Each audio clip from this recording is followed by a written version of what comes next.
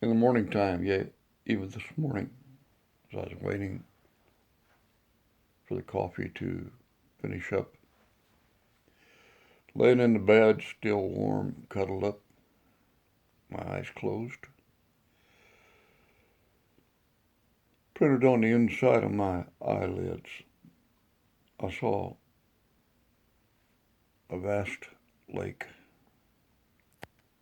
an ocean even, as you might say. I'd seen this before. Two other times I've seen this same lake. And this lake is very troubled. I don't know if you have ever seen any boiling iron or the such like, or perhaps for you women when you're making something that's boiling like candy. But this is troubled, and there's waves, and there's troubling of the waves. And before, it was always a vision where there were many, many, many, many souls. And I thought perhaps it was a vision of hell.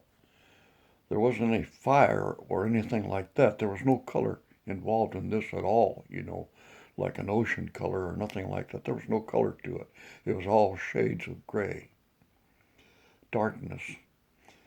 And there were thousands upon thousands upon thousands of people in this lake, this boiling cauldron, so to speak. And every now and then their head or their shoulder or their arm would pop up above this cauldron, the surface of this. And then they'd disappear again. And then perhaps a leg or an arm or a head or something like that would pop up above this. And I thought in times past that perhaps this was the pits of hell and these were souls in hell. God giving me a vision of hell or something such as that. And then it came again some years later and I saw this vision again and the same thing and the terrible, terrible troubling of the surface of this and these people popping out and back down underneath again and then pop up somewhere else and back down again and so on and so forth. This would go on. This morning was different.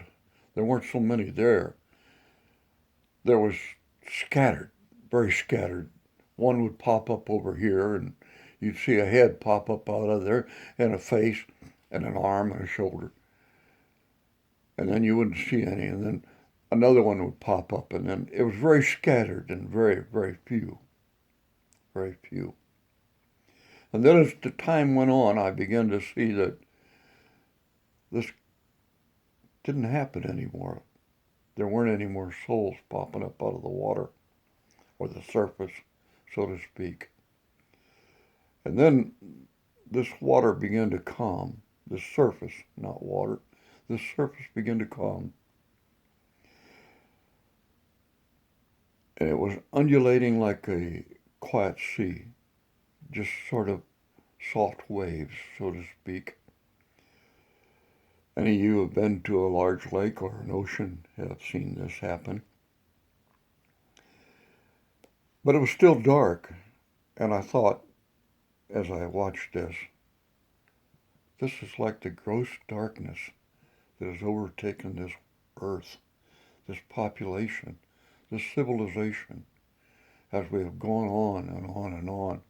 And suddenly, there's no more anyone that is actually seeking to get out of this gross darkness.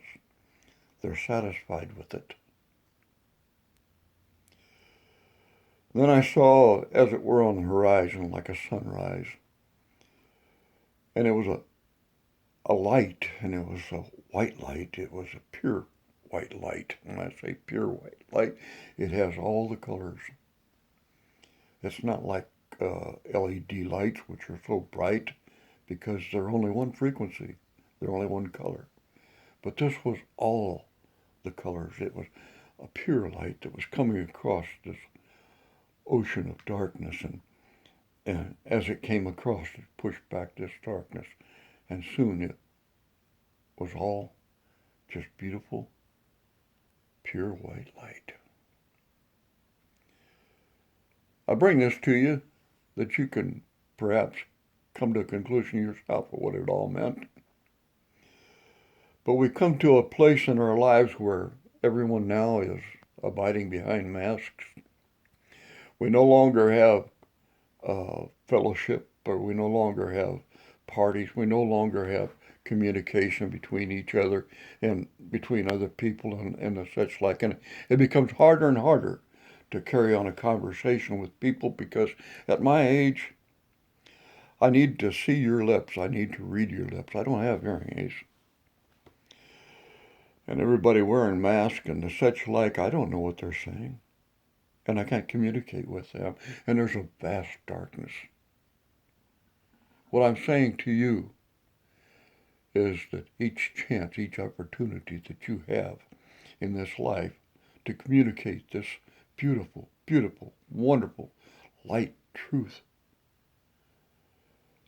to whoever, wherever you see it, whenever you hear it, whenever you get an opportunity, grab it, grab that arm, grab that leg, grab that hand, pull them out of the water, pull them out of this vast darkness, and get them filled with the Holy Ghost and fire because the time is near. It's close at hand. You got to do it. You got to do it. You got to do it.